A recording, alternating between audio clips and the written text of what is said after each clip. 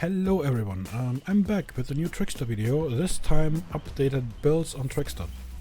Because as I said in the Trickster guide back in the day, these builds were outdated at some point and we reached a point where they are so outdated that I feel that I should make a new video on builds that I can recommend to play, which I also played myself. So yeah, let's have a look at them.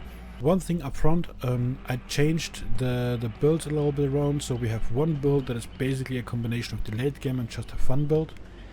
Because the last just a fun build was kinda tricky to make, and I personally also enjoy the late game build the most, so I basically would move that into one build. Then we have an early game build, and then we have a free-to-play build. So for the free-to-play build you only need to buy the game and the Trickster and nothing else. Alright, let's go. Late game build. Not much changed here. Darkness Revealed, No Way Out, Iron Maiden. Darkness Revealed and Iron Maiden work together as in the past as well. You open a locker, you get knives, you close the locker, you see the survivors' auras around other lockers. Works like a charm, still up to date.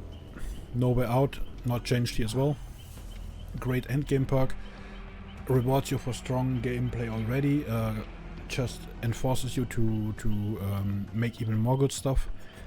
And I changed Call of Brine to Pop Goes the Weasel, because Call of Brine got nerfed really hard, and I searched really long for a decent perk to replace that, because if you watched me in the stream, I played a lot of Call of Brine, Overcharge, Eruption, Pop Goes, even Painrise for an evening, and I really tried to understand which perks work best and which don't. And Call of Brine and Overcharge are completely useless if you play them on their own. But I would recommend Iron Maiden and Pop Goes, or Iron Maiden and Eruption if you have Nemesis.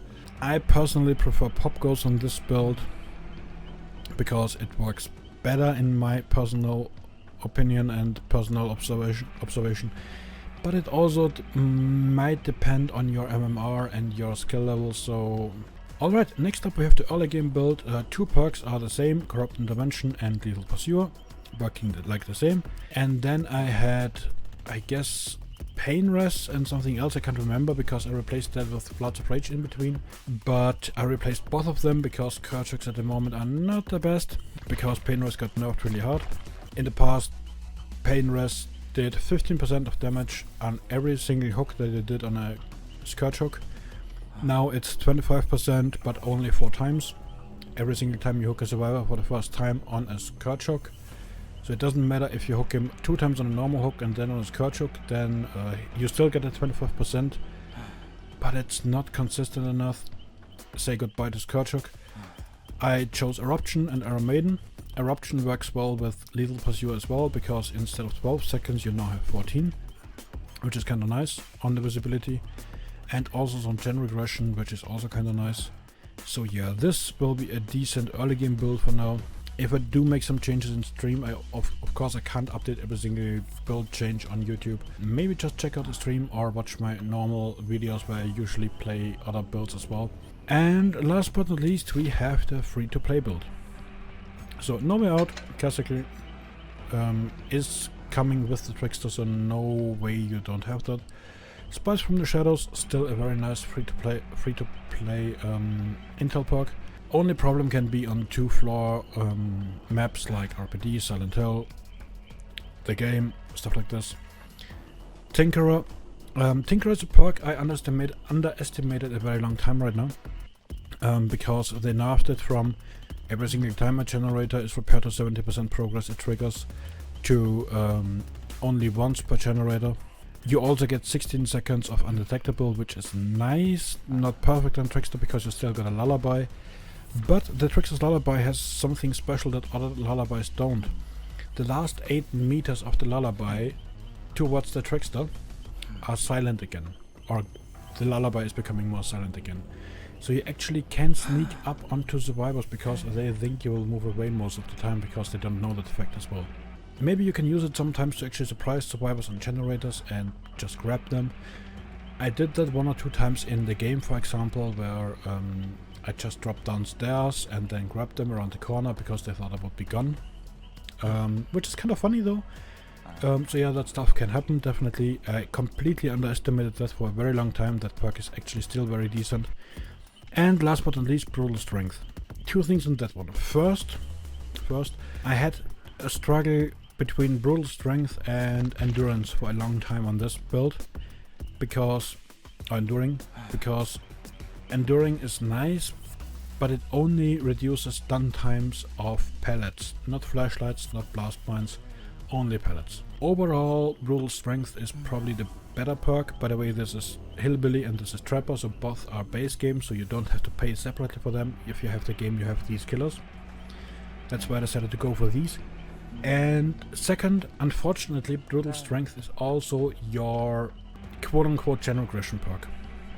Because in the last free-to-play build I had No One Escapes Death and Jolt.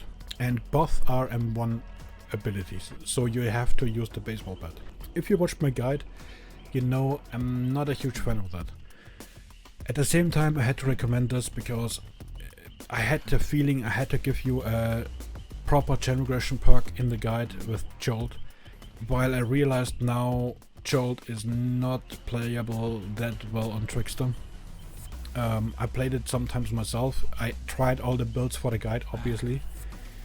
But I guess I got lucky in the first few attempts and just said, okay, that's fine. And I paired it with NOAD because then already you have the M1 gameplay, so you can just use it as well. But this time I wanted to have a proper other general aggression perk on the free-to-play build, and I realized the only free-to-play build that is really regressing gens is Jolt. And Jolt is only free-to-play because the Stranger Things DLC is not in the game anymore, so if you don't have Dumpling Head and the two survivors, you can't buy them anymore, but you get the perks for free, and Jolt is one of them. So that being said, there is not a single general aggression perk free to play in the game. All general aggression perks are locked behind killers. If you consider buy another killer, maybe go for Clown, for Pop Goes. Pop Goes is right now one of the better perks in my opinion for general aggression. Generators that are at 50% or higher get the same damage as Eruption would cause them, or even more, above 50% obviously. Generators that are below don't take that much damage, that's true. But you can pinpoint single generators and you can actually take them out, which is kinda nice, especially in cooperation with Tinkerer. But if you want to go for a full general aggression perk and you need to buy a killer anyways, maybe go for Nemesis directly and get Eruption. Eruption is still very very good, and it also is a second intel perk at the same time, which is kinda nice. Or if you're feeling generous, you can also go for Pinhead and get Deadlock. Deadlock is also very very good on this. It's kind of a shame, to be honest. I maybe need to make a second video or a separate video about perks and free-to-play perks, because looking at all the perks that I get on the main game, it's like super terrible. Oh, also I forgot to mention, Clown also got Bamboozle and Coulrophobia, which is also good. But yeah, that's it for the builds. If you want to look at add-ons, of course, most of the stuff is still perfectly fine. If you want to have a look maybe at the lethal add-on guide I made a few days ago on all 4 range killers, there I also put some justice to the Eerie photo card. I really shit-talked that in the guide. I still think it's the worst add-on of all 4 of the ranged add-ons, but it's not as bad as I made it in the guide. And there should also be a separate video online in the DVD playlist with Trickster, Eerie photo card and Bloody Boa, so you can watch it as well. That's it from me for now. If you have any suggestions or questions, please let me know in the comments. Thanks for watching, have a good time playing Trickster or whatever you like to play, and see you next time.